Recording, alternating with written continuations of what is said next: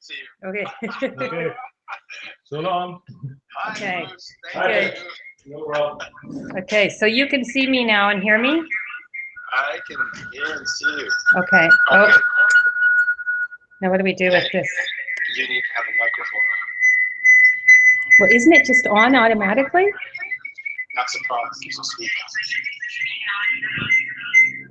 Okay, so what do I do now?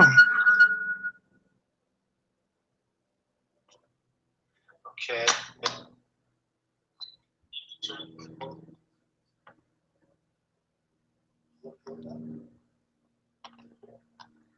No. I can barely hear you.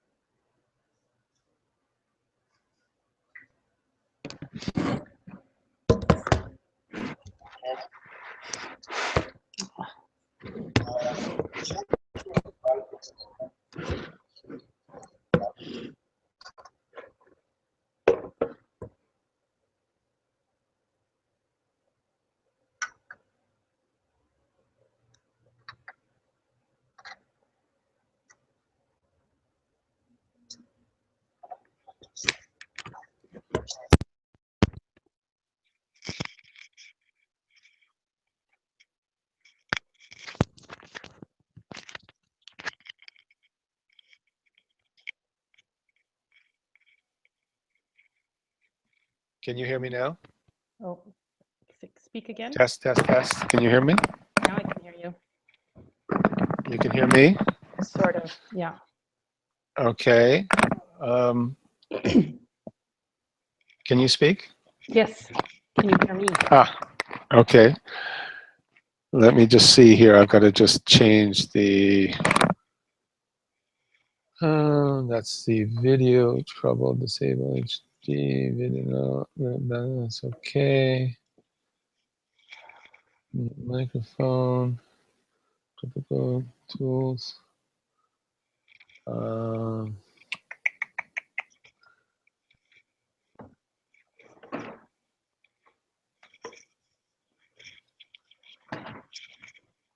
Okay, can you speak again? Okay. Can you hear me? I can hear you really well right now. How about you for me? I can hear you fine. Oh, Yep. great. Yep, I can hear you.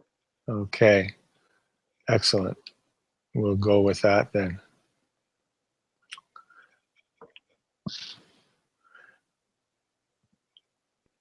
Okay, I am going to start in a few seconds here then. Okay.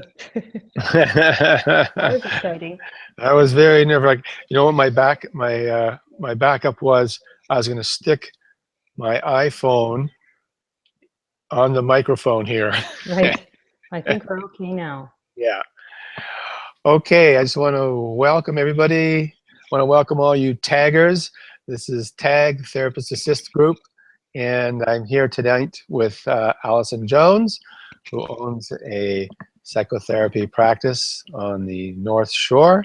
And I have a bunch of questions. I know some of you have sent in questions already, so I'll be checking those out as well.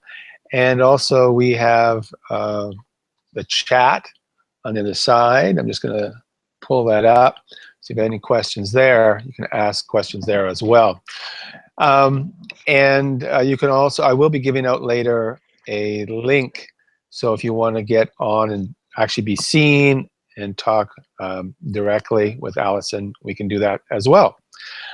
But to start with, I want to say hello, Alyson. Hello, Stephen. Okay, all right, see, I get to switch now back and forth. So now you're on the screen. I don't know if you can tell who's on. Can you tell who's on and who's off the screen? No, I can't tell. Okay. So I'm just going to have to try to look fabulous the whole time. Exactly. All I'm right. just glad to be on the screen. So there we go. Yeah, I'm very happy too. Believe Yeah. me. It's amazing. One button not pushed, and Right. everything stops. Yeah. So I guess that I'll just start off. If you can just tell us a little bit about yourself and how did you get into therapy in the first place, and what got you going into private practice? I don't know if you jumped straight from your schooling into private practice, or if you took some time. So maybe you could just tell us a little bit about how you got into therapy in the first place. Sure. My journey was not a straight one, as they seldom are, right? They usually have nice little curves along the way. But I I was doing my degree at Adler, actually, and I was already working in a nonprofit agency. And at that time, you probably could work in a nonprofit agency with a BA, and I was doing my MA, and so I worked quite a while. I finished up a degree and worked at Cameron Center, and then I was one of the supervisors there.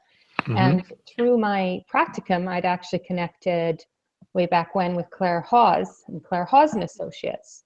And so they asked me to come on and do a day or two of private practice while I was still working at the agency.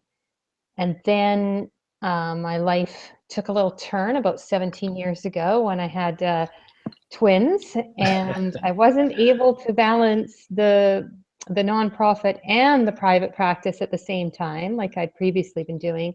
So I then concentrated just on the private practice. But I did have several years of experience in the nonprofit and supervising before going into the private practice full time. Okay, so when you started in the private practice, was it just you when you first started? No, I joined an associateship. It was Claire Hawes at that time, Claire Hawes and Associates. And there was probably at that time about 9 therapists, 10 therapists Okay. practicing with Claire. And so I became one of those associates. So I was with a group, although it was still my own practice, but it was an associateship. I see. I see. So you joined them. So you joined an organization that was already in existence. Yes. Yeah. So I didn't start it from scratch up. I joined it already in existence. Okay. Yeah. So that would definitely be one way to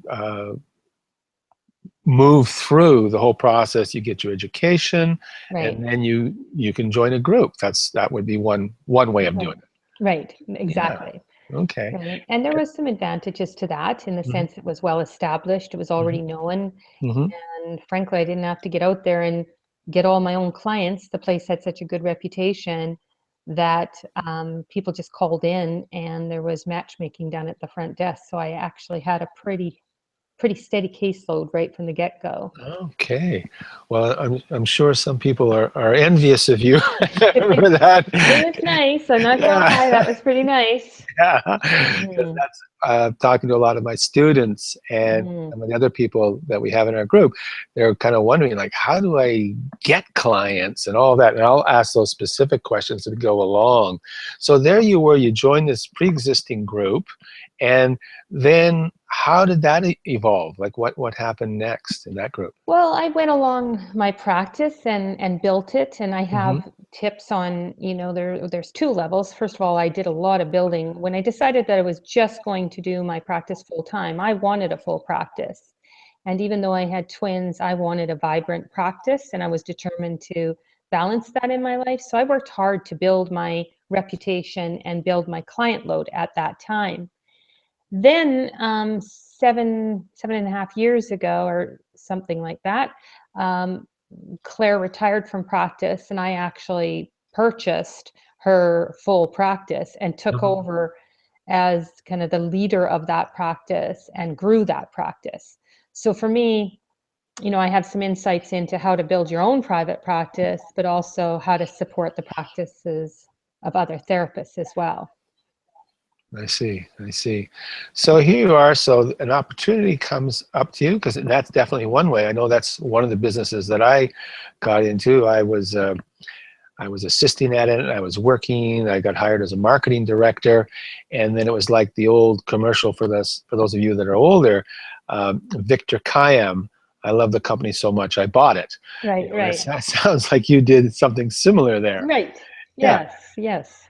Yeah, so that's another way in, you can buy a practice. Right. Right. Yeah.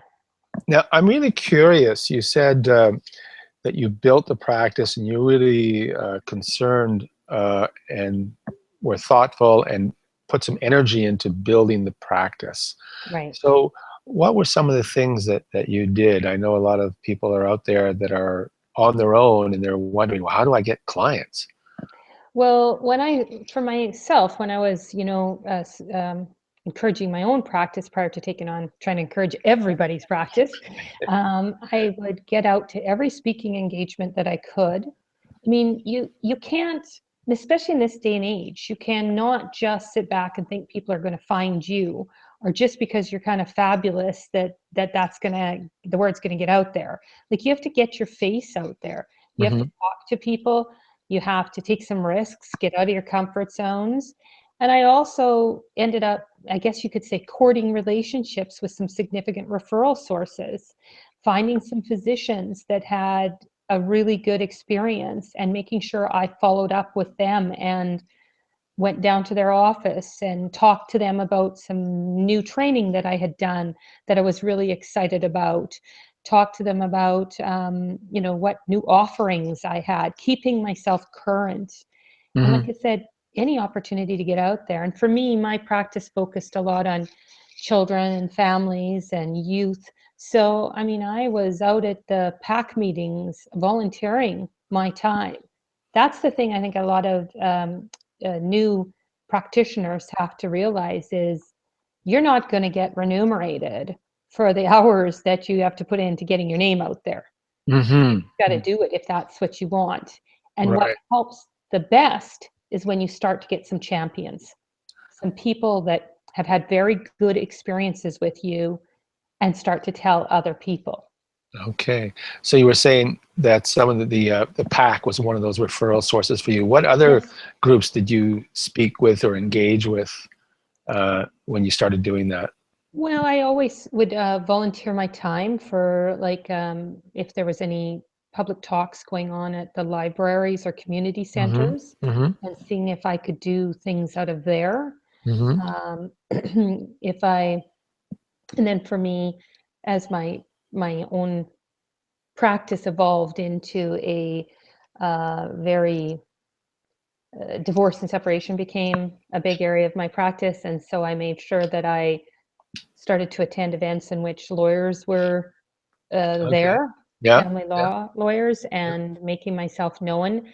I found out those channels through some of my cases, right? When people would Right. come and then they would say this was their lawyer and this person was their lawyer, and then I would often be asked to speak to the lawyers. Of course, I would have to get appropriate consents in place.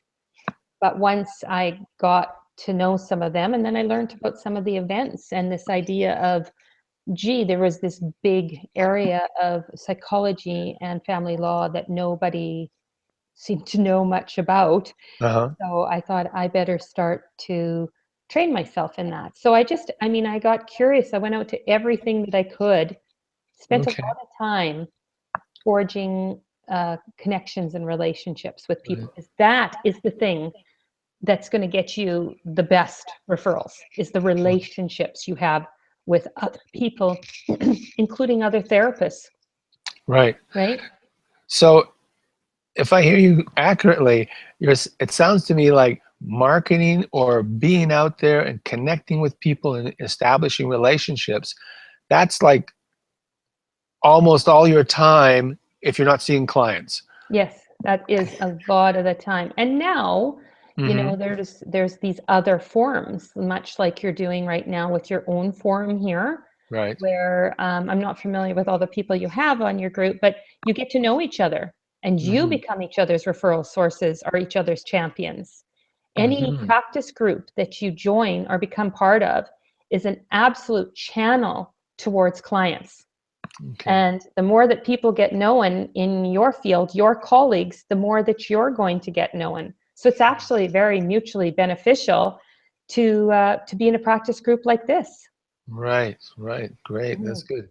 I hope all you taggers out there heard that. And it's true, right? And I don't know if you can see it on your screen, Alyson, but it says Therapist Assist Group, one for all and all for one. Oh, there it is. Yes. And it's true. Like, I mean, we become each other's champions because you're going to cross paths with people that say, you know, they're not necessarily going to come see you because maybe they know you or they're, you know, but they're going to say, gee, I've got this issue. And you're going to say, I remember that person from the tag group, right? That Right. really loves working with couples or kids or youth or, you know, whatever relationship breakdowns, and they become a great referral source. Right. But it's getting out there, it's talking about what you do, what your interests are, and of course then as you collect your clients, the second tier is you got to deliver. You got to deliver, because there are a lot of people. Number one thing that clients say to me is, yeah, Alyson, I went to this other therapist and they were a really nice person, but they didn't do anything for me. You're doing something for me, right? So you got to deliver. And when you deliver directly to a client, they will become your champion. And so, but boy, if somebody's writing a check for you, like I worked for years in the nonprofit, right? And they were all on wait lists. And that was wonderful. It was the best training I would ever have. I would never trade it for anything. But, you know, though I didn't have to earn those clients, they were waiting for me on a wait list. Now, I like to think I delivered, and I do, when I look back, think I did some pretty outstanding work there. But it's a different kind of work, right? Because they never had to write me a check. They never had to do anything in that manner, right? I just had to keep track for the stats of the agency. But when people started to write me checks, I was like, wow, you know, they've been a long ways here. I am going to give them something of value for their time and their resources. So that's the second tier. And if you do, they will be your biggest champions. Right. Now, speaking of our clients, and I definitely have clients too that love me and that want to champion me, and they sometimes give referrals out to people they know, things like that. But as you know, we can't ask for direct testimonials. No, yeah. And so, do you have any thoughts or ways around that? Yeah, that's always been a bit of a challenge for me as well, because like, you know, my website's really extensive. It's actually a pretty fabulous website. And if I don't say so myself, it's got a lot of links to interesting things, but I'm not able to put testimonials on there. Right. And, you know, what you can do sometimes is, if there's ways to bring forward a therapist telling a story, you know, if it's doing a blog and talking about your impact or something, that feedback you may have received from somebody.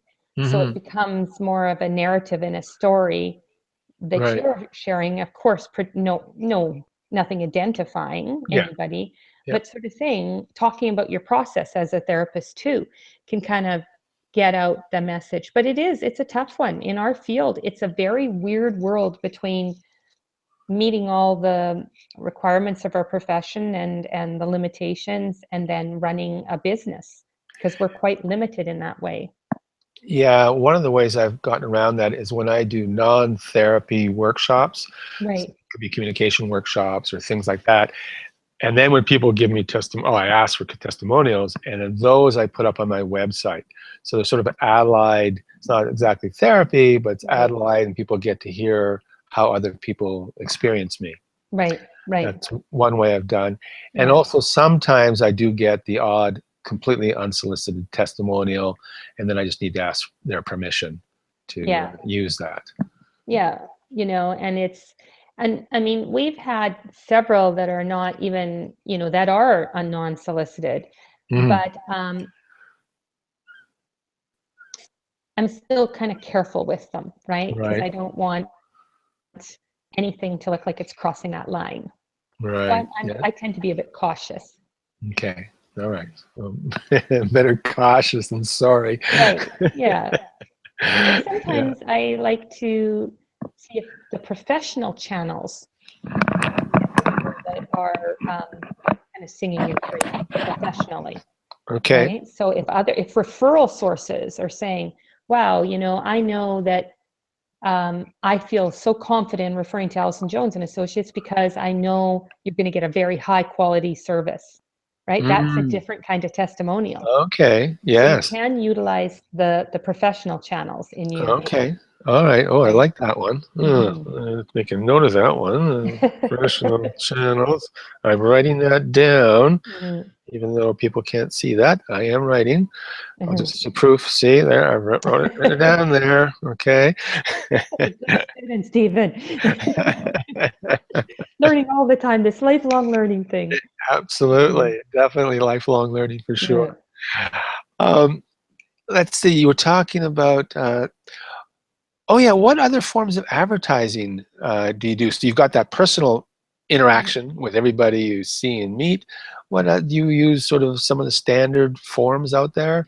Well, I'll be frank with you. Especially when I first, bought the business and it Hmm. became Alyson Jones and Associates, I tried to do a lot of the traditional things like having ads in papers and things like that. And we actually tracked to see if those converted into, because it's called conversion in the marketing world, right? Right, right. Did it convert into any clients? It was so small. It was so small that and ads in papers and things are very expensive Yes. for what you get. So we really focused a lot more on social media. Hmm. And we work with a company that assists us with our social media and makes sure we've got lots of good posts up there and kind of have a meet the team thing that keeps going up. And so I'm on, I use those on LinkedIn and Twitter and Facebook. And Okay. so that's where I've focused a lot of my attention rather than on the traditional All right. papers ads. Right. 'Cause I think a lot of people are moving to social media and using the internet. Right. Just one story. This woman that I used to work with, she was fairly new out of school. She worked with us for a year or so, and then she went into private practice, and she was very good with social media. Right. And upon leaving us, she had a full practice within months.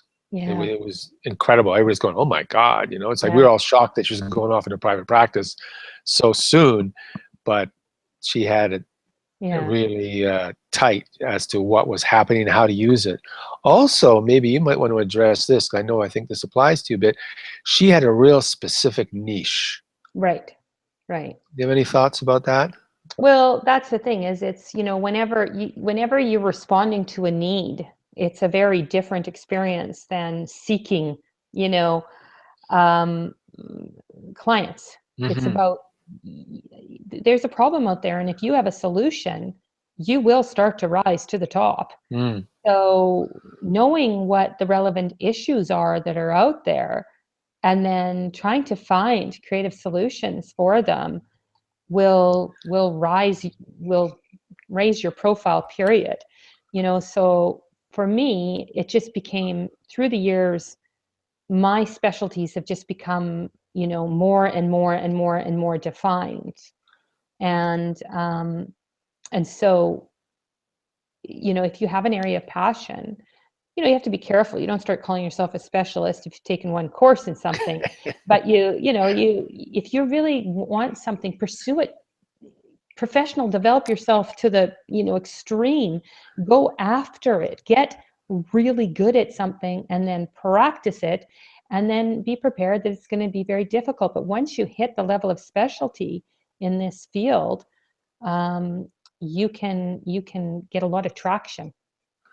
Okay, and I'm going to give you an opportunity. What is, we got 50 people belong to this group, and I expect to have hundreds and hundreds belong to this group at some point, and they will see this video is being recorded. It's being recorded simultaneously as we are talking, and it'll be available on Facebook on our site for within half an hour probably of our finishing, which is pretty Nice. amazing technology. Technology is Yeah. amazing. Yeah. So what is your specialty? So if I have somebody who might fit that, I can send them your way.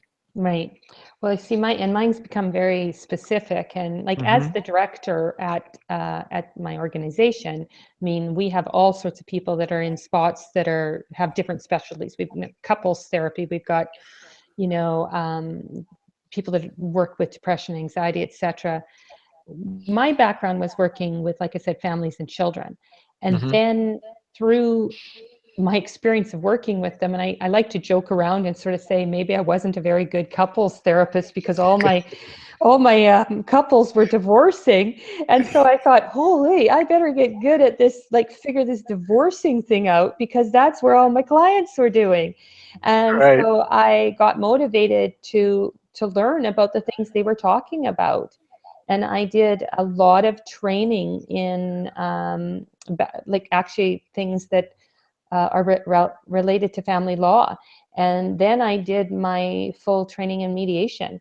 And then I actually did my training in I'm an arbitrator as well. And then I did my training in parent coordination, which is a new designation that's in the Family Law Act that came out 3 years ago, which basically means I have some pseudo judicial powers, and I can make decisions on high conflict divorces, but not decisions around custody and access, but other sorts of decisions. Then, it didn't stop there. I had to go further. I had to get more specialized than that. Then I launched an innovative program that is very unique, and there's only a few of them really in North America. And that's around doing reunification counseling when there's been an attachment disruption.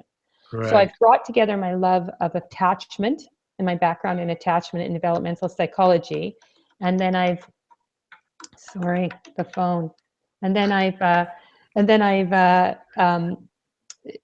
married that to the divorce and separation, high conflict work I'm doing. So now when there's been a break in a parent-child relationship, Okay.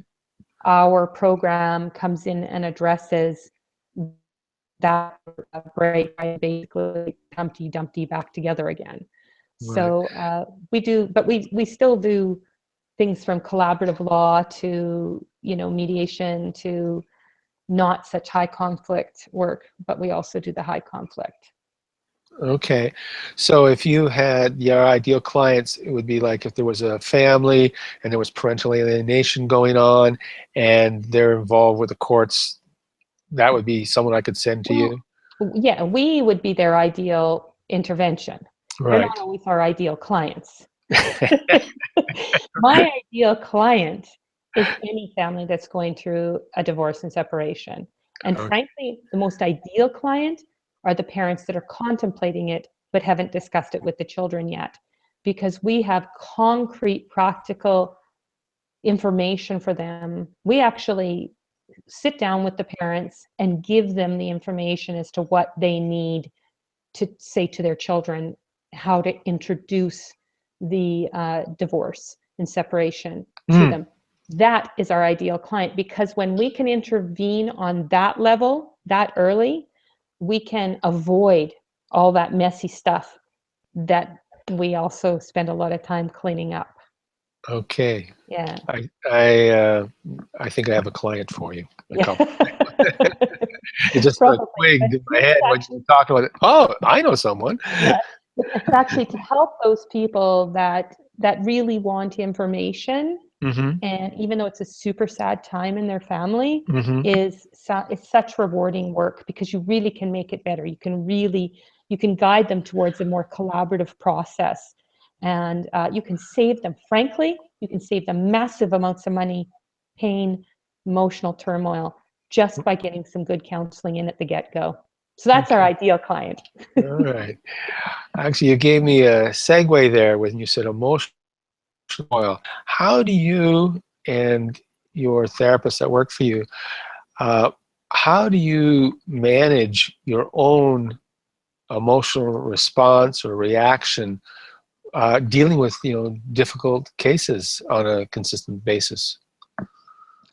Well, and it's always been a challenge working with youth and children and families, and seeing them going through pain and difficult times can be pretty heart-wrenching.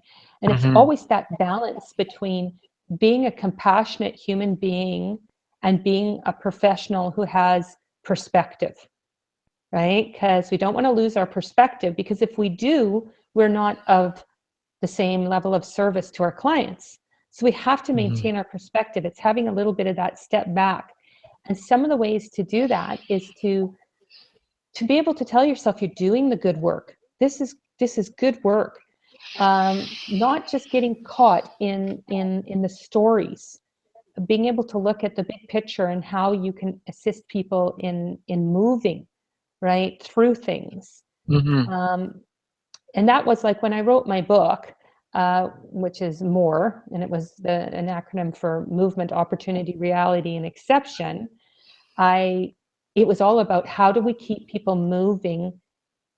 And as long as we can keep that big picture of movement in place, then we can take better care of ourselves, and then we can take better care of our clients. But if we lose perspective, as we all do at one point or another, I mean, there isn't a good therapist out there that hasn't lost perspective at some point, but you have a good group of people that support you, that you talk to. And if anything, I would say with my team, one of the greatest gifts is that on those days when one of us feels knocked down or overwhelmed, we are there for each other. We support each other. We talk to each other. And when our clients aren't giving us that kind of positive support, maybe, and not that their job's to support us. I mean, working with high conflict, we don't get a whole lot of kudos. They don't like us. We like each other still. So that helps. Yeah. That answers your question. Okay. Yes, absolutely.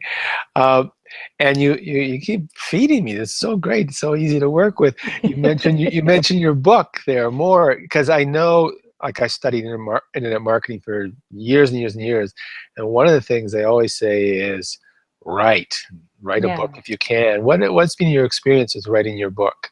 Well, first of all, I mean, I think lots of therapists have this vision that one day they're going to write the bestseller and be, like on Oprah, or when Oprah existed or whatever it was. And, in the end, a book it's very unlikely that you're going to write a book and it's going to hit bestseller status. Or you can make it bestseller in Amazon. There's little tricky ways to do that, so you can Right. say you were a bestseller. But let me tell you, it doesn't necessarily translate into any sort of financial, remuneration or success. What it does do is it's the best business card out there. It's an Right. expensive business card, but it's a great business card, right? Because it shows that it gives you credibility, and there still is this, and it is an accomplishment. I know you've written a book, an excellent book, by the way, Thank you. and it's great stuff. And so it gives you a higher level of credibility, but it's the rare book that's going to actually Right. make its author any money. Right.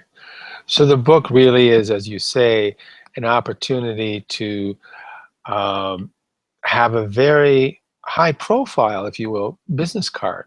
Yeah. I mean, and also people don't generally throw away books. Right. they, Right. they tend to keep them. Yes. And for me also, it was the process of writing the book Yeah. really clarified my own thinking about what I was trying to get out there. That is an excellent point, Stephen, because I experienced that as well. I have no doubt that I am better at what I do because of writing that book, because I had to think about what I did and I had to learn how to explain it. And I couldn't just ramble. I had to make it clear, Yep. and it made it more clear in my own mind. So I completely agree with that. Yeah. And for those of you that are contemplating or writing a book or in the process of it, or it can take time. I don't know how long it took for you, but it took me many years to write that book while I was working and doing my life, et cetera, et cetera. How long did it take you to Well, write your book from I start know to finish? exactly how long it took me. Because I mean, I tend to go at a pretty fast speed. It took me 1 year from beginning to Okay, end to publication. But that's great. I set aside a day a week Uh-huh. and I was disciplined.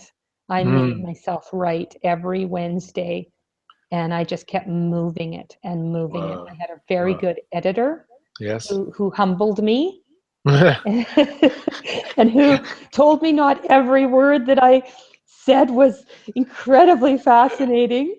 So yes, I got some humbling, and out of the humbling, I got a better book, and I got it done. So for me, it took a year. All right. Well, then that's still a substantial amount of Yes, time yeah, investment. Like yes, every day, every week, 1 day a week, you're every putting day, your 1 day a effort. week. Yeah. And what else was I going to say about that? All right. I'm going to just sort of broaden this out a little Sure. bit here. What are some of the challenges that you've encountered through you said 17 years you've been working as a therapist, I think it was?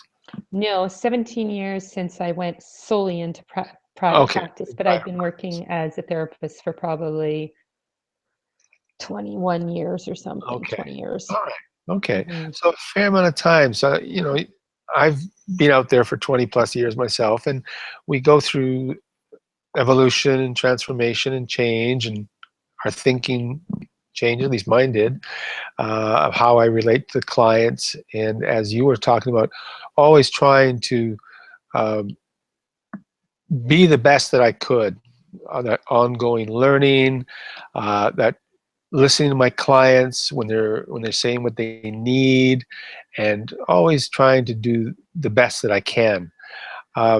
What are some of the challenges that you've encountered, sort of in particular with your business? Because this particular call is sort of focusing on the business, but for me, the two are kind of the same. My personal challenges, my business challenges often intertwine, intermix. Well, now I'm curious about what yours is, but you better tell me, but Well, I'm interviewing you, so you can interview me later. that's right. So, okay, there's been several. First of all, because you and I touched base, and I know this is about kind of business and stuff, and I was certainly thinking about it, and some of them are important. And in counseling school, they don't teach us about business and how to do Right. business afterwards. And in fact, a lot of therapists are really not very good at business. And being a business is Hmm. a really different mindset. Um, so, one of the things is that we have to learn to go with the roller coaster of business. It is going to be ups and downs. There's no Hmm. straight line here. So if you're putting your eggs in that basket, you've got to be prepared that it's going to have some very discouraging moments. Right. When I bought my business, we proceeded to have a recession really fast after. Oh, And I oops. was like, here I was all woohoo, right? I'm gonna buy this successful business, and then it crashed. And our clients that were coming in, new clients, dropped money. They're not going to, if they're having trouble paying the bills and getting the food, they're going to put their hundred and whatever dollars an hour towards that rather than a therapist, even though it's probably a time they really need a therapist Right. because they're all depressed and stressed out. So you have to be able to have a long-term vision. It's kind of like Okay. investing money, knowing that you're Mm. going to have times that it drops and then it comes back. So you got to be a big picture thinker. Secondly, boundaries, right? Boundaries, having boundaries, because it can really stress you out having a business. And especially if you're the sole breadwinner or, all of those things, you have to learn how to put it away and Hmm. how to move away from the emails and how not to stress out if that referral source didn't pan out or it didn't work. So, and learning to have self-care in that, Right. learning to surround yourself with people that nurture you, and also that you have other things in your life to do for music, right? So Hmm. that's my happy place, right? If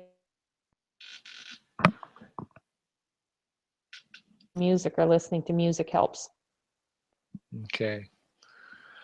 I'm just sort of pausing a little bit because the video was catching up there. Google was being a bit slower. The internet was being a bit slow for a second. So you were talking about your happy place, and what exactly is your happy place again? If you can just say that again. Well, I said we all need to find our things that nurture us, and for me, it was music, right? Okay. So it's having the boundaries and knowing when to turn it off. Yeah, you can work hard, but if you get stressed by every curve that comes, you're going to be stressed all the time, and you're Right. not going to be able to be the same service to your clients. Okay. So you got to just kind of do your best and then get out of the way.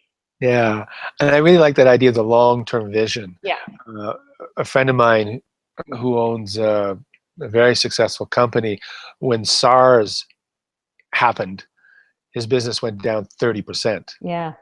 And fortunately, a number of similar businesses to his actually went out of business, but he had a bit of a financial, what do they call it? Like contingency fund. Right. And so he was able to survive that period and then grow very quickly after Right. that, Right. because a lot of companies had gone under, and he's able to take advantage of that as well. So, But I even found that in, like, we basically had 2 recessions since I bought the business, because I've tracked both of them, let me tell you, and I pay attention. I keep numbers. I look uh-huh. at the numbers. I've tried to make myself more business minded. But we had that same thing where when the recession started to lift, not only did we kind of come back, we accelerated. Yes. Yeah. Mhm. So you mentioned the difference between that therapist mentality and a business person's mentality, and I can totally relate to both because I'm a therapist, but also it's a very similar set of circumstances and personalities for artists. And I used to be an artist before I became a therapist, and they're not business people, generally speaking. No. They're not. It's like the two are opposite. So how did you develop that other aspect of yourself? I'm still developing it, even though, I think when I really look at my business, it's a pretty large one in a lot of ways, because I have got a staff, and we've got, I think, 14 associates, and I do teaching, I do all sorts of things. But I'm still learning. I'm still learning. But I have, in the same way that I got information when I was learning about divorce and separation, I've had to go out and get information about business. But this is where another thing, like the what you're doing tonight, is such a great service for therapists and potential therapists and all that, to be thinking about business in a more, and talking to people who have really done it. Right. Right? Because I've been doing, I ran my own business now as a therapist for over 17 years, and I've ran a fairly big one now for 7.5 years. Okay. So yeah, I kept going and learning. As soon as I saw the things I didn't know, I learned to find people that could teach me that, Yes. or that I could contract them out to take care of that for me, because I learned I could not do it all. As long as I knew enough to get the right people in place. So like I said, I have different contractors that help me with different things, because I can't do it all. But I've learned enough, and I keep looking for the areas that I don't know, so that I can, get in there, dig deeper, and learn more. Yeah, my word of the year is delegate. Delegate, yes. Yes, delegate. I guess Get rid of that. because one of my challenges is I tend to do it all by myself, and my excuse is, well, I don't have money to hire people. And Right. what I've learned is that's a slow road to success, doing it Yeah. that way. It's like pulling teeth, because I have to learn all these skills, which, Yeah. I'm not an accountant. I shouldn't be doing my accounting. No. Things as simple as that to more complex things. And it's trying for me to constantly tell myself, who can I hire? Because it's going to cost me less in the long run to hire someone than to try to do it myself. I believe that. As long as I know enough about bookkeeping to interpret, make sure I keep myself safe, but enough to kind of get quality people. But it doesn't make sense for me to do all of my own bookkeeping. That makes no sense. It makes sense from a business perspective. My hour is going to have more value in other ways. So learning what to delegate and who to delegate to, right, is very important. And you're going to have to take some risks. You're just going to have to learn from them when they don't work out. Right. Yeah. So one of the things, through this whole time we've been talking, which is just over 40 minutes right now, I've been going, if I was a new person starting out or starting new to private practice, I'd be going, oh my God, there's a lot of work to do. When I got out of school, I thought it was going to be easy. I just get a job and I just show up. And what I'm hearing is like, no, it's just beginning. Yeah, but isn't that the fun of it too? Right? This Absolutely. is like such an amazing field because yes, there is a lot of work.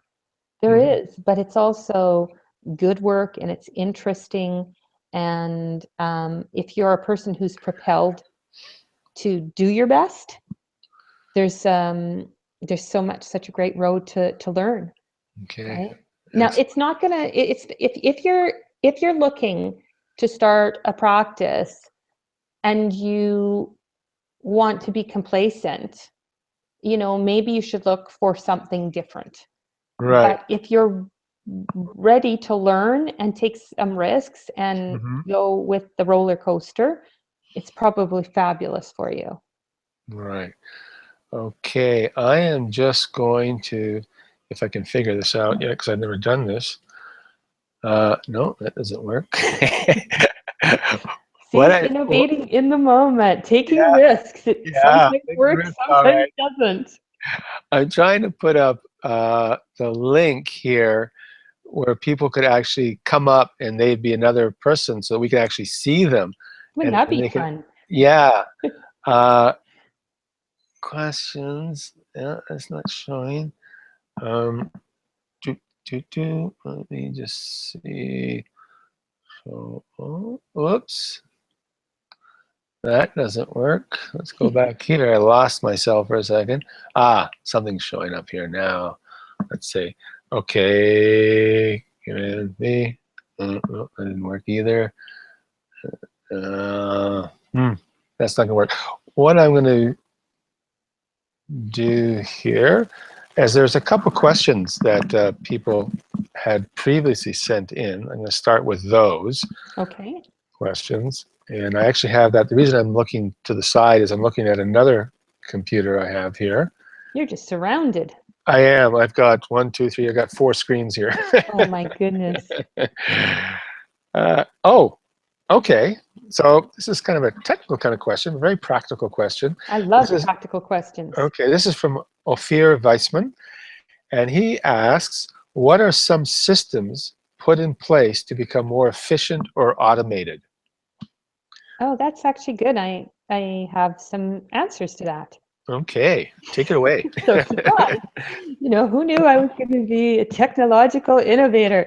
But there are systems, and I've learned so much. Again, an area of weakness that I've got much stronger at by motivated learning. But really, in this day and age, one of the things we have found fabulous is to do online booking, having access to your clients where they can learn about you through we have it connected right to our website. So you can go to the website, get information on that therapist, and you can go right there and book your appointment. And then we send out, the package for them to fill in the new client forms and stuff. So we can do that all in a way that's so easy for the clients.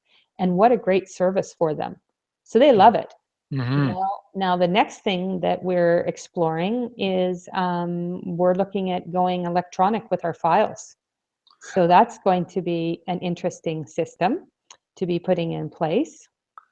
And, we're always looking. Electronic with the file. So could you explain that a little bit more? Well, I'm still learning about it, right? That's that's the research that's happening right now as we speak. But in the field that I work in, the files are huge. and I've got a file problem that needs a solution, in the sense that I've got too much paper. And also, I just like the idea of going paperless wherever we can. So Right. we're looking at different programs and how to do that.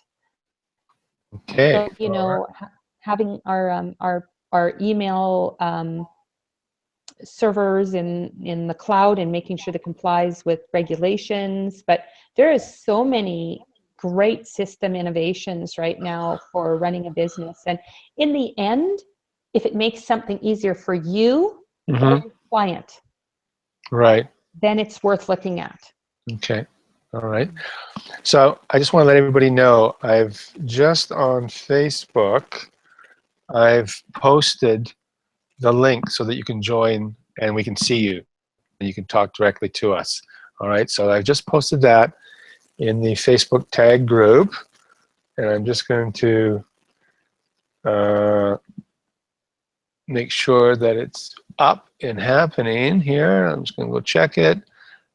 No, I have to hit post first. That would help. There we go. You can never be too sure. You have to I always have to double check everything that I do. All right, so that's posted. So hopefully we'll get some more people coming on live. And I'm going to ask another question. Let's go. Oh, one more comment. Let's have a look at this. Okay, here we go. So this is from Bessie. How can we overcome the fear of starting a private practice? I'll start there. There's a few more. Oh, I'll read the whole thing. When would I know it is a good time to start? What do I need before I start? Skill sets, clientele, physical location, assets, etc. And what did you do to keep yourself motivated during the first 3 years of your practice? There's a bunch of questions, so if you want me to repeat them, it's not a Kind of problem. got them. Okay. Yeah, I think, you know, it's hard to know what the right time is for anybody. I think when you feel you have an offering, right? When you have a service to provide, then to me that is a great time. And if you're looking from a business perspective, you know, whatever you have like whatever it is, it could be, you know, selling some sort of mechanical device, if it's an offering, if it's something that people need or want. So, you know, are you bringing forth something people need or want? And then how are you going to let them know what you can do for them? So in the end, as a therapist going into private practice, it's not about proving how great you are, everything you know. It's letting them know what you can do for them. So when you feel you have something to offer, then that's probably a great time. If you're still in a place where you feel like, I really just want to collect experience first, Yes. you know, look for those opportunities too. Sometimes it's volunteering, sometimes it's finding different agencies or things like that, because it's a different kind of work. But when you feel like, you know what, I got something to offer, something to contribute, then you go for it. And yeah, there's all sorts of practicalities involved. There's the option, are you going to try to look for an associateship to join? Are you going to try to create an associateship with some colleagues? Are you going to be, you know, the lone wolf with your own practice and just concentrating on that? Each and every one of those has an advantage and a disadvantage, right? So do some research, figure it out. But I'll tell you what I live by. If I really fear something, then it's time to do it. Okay. Right? Excellent. If Excellent. it's Yes. really scary to me, Yeah. then it's probably time. All right. Okay. So let's just have a look at the rest of those questions that she was asking there. Let's get rid of that. Welcome, Mehmet. He's now online as well.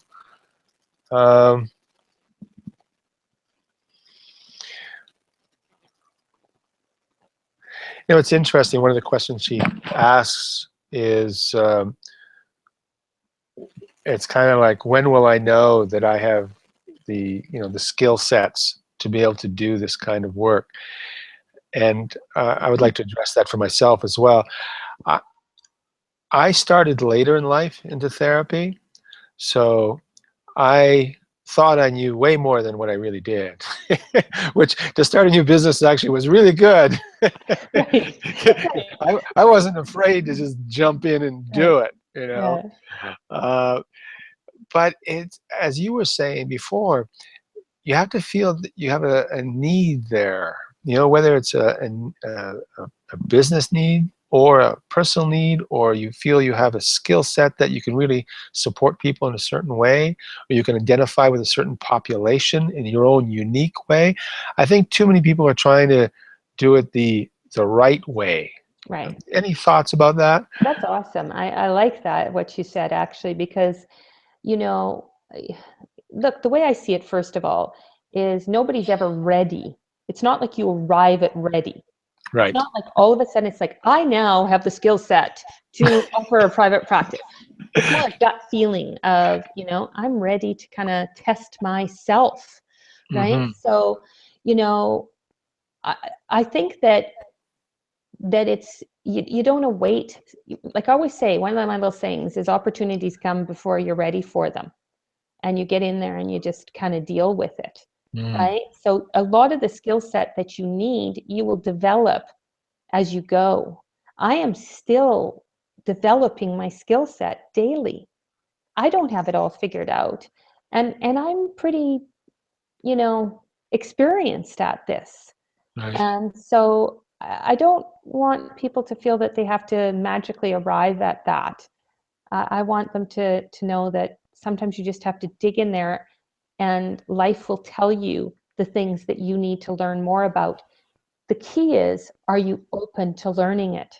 Because if you're going to go in there and try to pretend you know everything, I mean, that's not a great, that's a closed mindset rather than open mindset. But I will give you a little trick, a little key when it comes to private practice. And this is important for all the people out there thinking about it or starting a practice. Your clients, they don't expect you to know everything, but they want to see that you're confident, right? Right. If they feel that they've come to somebody who's really anxious just to please them, they're not going to be that interested in continuing with you. They want to feel, what can this person do for me? And do they give me a feeling of confidence?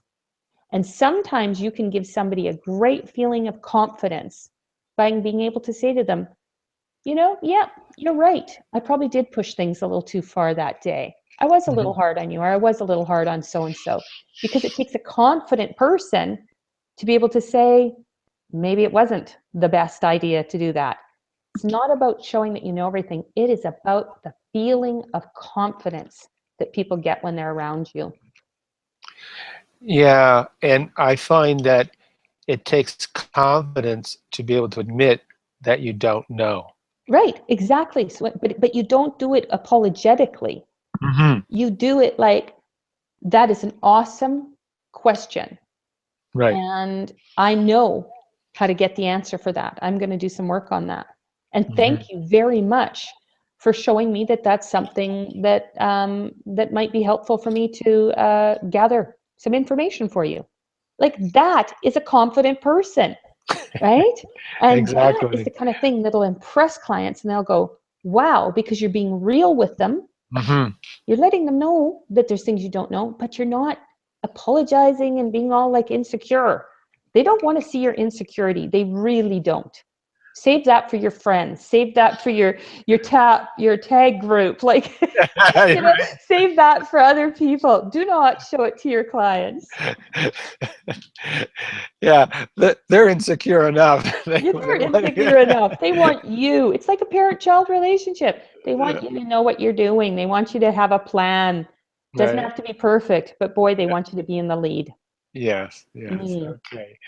All right. Well, our time is quickly coming to an end here. So I have this one question for you that I thought we might be able to use to sum up what we've been talking about this evening. And it's called The Formula of Success. So what, if you could put down into, I don't know, 5 or 6 sentences or so, what would be the formula of success for someone thinking about private practice? Well, I mean, yeah, that's kind of big question, Stephen. Well, take as long as you want.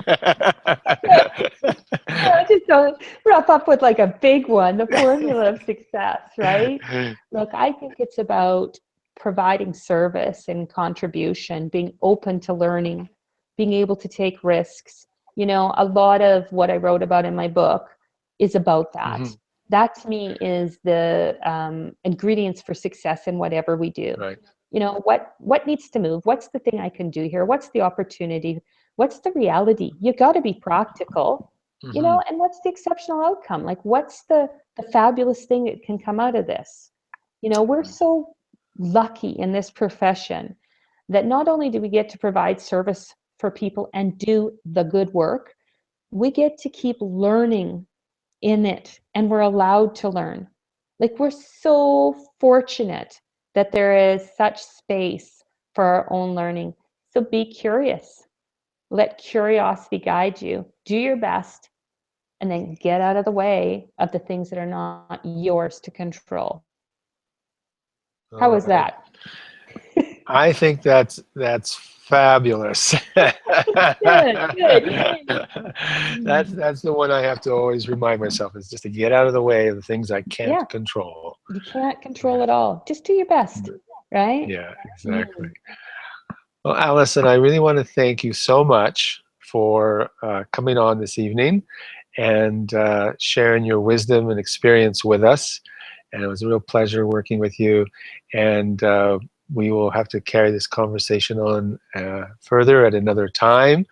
So I really appreciate everything you said tonight. And thank you for it. I know your time's valuable, and I really appreciate it. And speaking for the group, I don't usually speak for other people, but I'm sure they're very thankful as well. And it looks like the group doesn't quite know how to get on either on one-on-one. We have some viewers, but they're kind of just sort of hiding out there, lurking, as we say online. So we haven't figured out this whole system yet. But thanks again, and Yeah. yeah, Thank you and for so having me. Right. It's been a blast, and I just really, you know, I appreciate the opportunity to talk and contribute wherever I can. And honestly, I think this group, if I ever get an opportunity, invitation back, I'd love to come and talk again, maybe even when I could see people and talk more with them too. yeah. But I think it's such a fabulous idea, and it just makes me feel good to know that I think we're upping our profession by having these kind of honest conversations. So well done to you, Stephen, and to all of you in the group. You're doing some impressive things by committing your time to learning more, and you're going to take our profession even higher. So good for you all. Well, thank you very much, Alyson, and I'll say good night, and we will talk soon. Sounds great. Okay. Bye-bye, everybody. Bye-bye. Bye.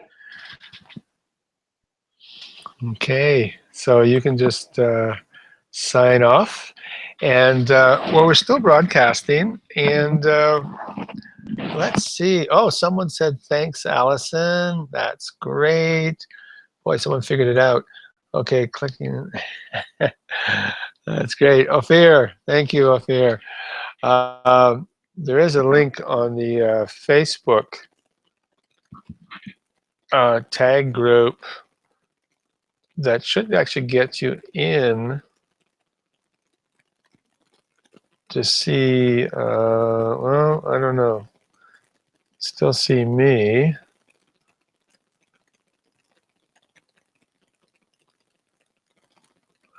Well, I'm not sure. Alyson, I mean, okay. So technically, there's still a few things that I have to learn here. So this essentially, what I'd like to have happen is the broadcast to stop, and then to sort of keep going Yeah, okay, so you're unable to join. I just got that message, Ophir. Let me see if I can quickly put something up there. Probably not. It's probably going to interfere. I'm going to have to figure out the technical aspects here a little bit more so that we can continue to have this conversation with the people that are all viewing. I want to thank all of you for showing up this evening. And I will probably be on next week, just so maybe we can have like a hangout so there won't be an interview, but just all of us, and we can communicate and introduce ourselves and find out what are the challenges and what are the things that we want to see and hear on this group and how we can support each other. So I'm hot and sweaty. It's a warm night here in Vancouver, and I look forward to speaking to all of you as soon as possible. So take care, and you'll be able to see this broadcast on the tag group at your leisure. We had some technical problems in the first 5 minutes or so it'll be a lot of me and doing nothing. So just sort of fast forward till you actually see Alyson there and hear the conversation. All right, take care. It was lovely engaging with Alyson Jones this evening, and the rest of you as well. See you later.